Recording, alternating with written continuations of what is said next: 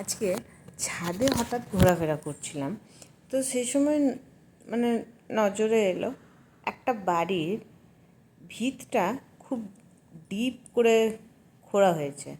মানে আমি প্রথমে ভেবেছিলাম ওটা হয়তো কোনো কুঁয়ো বা কিছু এরকম হচ্ছে। তো তারপর আমি আমার বরকে জিজ্ঞাসা করি যে ওরা এতটা ডিপ করে কী জন্য কাটছে, ওরা কি ওটা কুঁয়ো করছে, মাটিটাকে খুঁড়ে খুঁড়ে এতটা ইয়ে করেছে। তো ও তখন বলল যে না,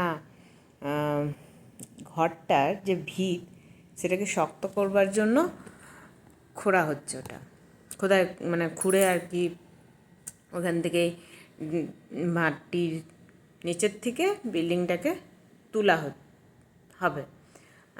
আচ্ছা, তো সেই ক্ষেত্রে তখন আমার মনে হলো যে তাহলে আমরা এটাও ভাবতে পারি যে জীবনে যদি কখনো মনে হয় যে আমি হয়তো খুব বড় একটা গাড্ডায় পড়ে গেছি বা খুব বড় একটা গর্তর মধ্যে ঢুকে পড়েছি বা এখান থেকে বেরিয়ে আসার কোনো উপায় নেই, তাহলে সেটা মনে হয় নেহাতি ভুল হবে।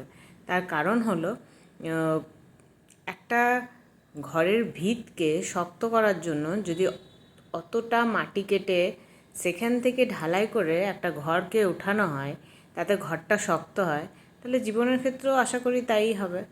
যতটা শক্তভাবে জীবনকে তৈরি করতে চাইবে তার জন্য হয়তো ততটাই ডিপ গর্তের মধ্যে নামতে হবে বা ততটাই মানসিকভাবে প্রবল দৃঢ় শক্তি জগিয়ে উঠতে পারবো গর্তে নেমে। তো এটাই আমার মনে হলো যে প্রত্যেকটা জিনিসের সাথেই রিলেট করতে চাইলে জীবনে অনেক কিছুই আছে যে আশেপাশে দেখে আমরা নিজেদেরকে ইন্সপায়ার করে উঠতে পারি বা রিলেট করতে পারি। তাই ভাবলাম তোমাদের সাথেও শেয়ার করি যে কেমন লাগলো, আমার ভাবাটা কি ঠিক হলো না ভুল হলো।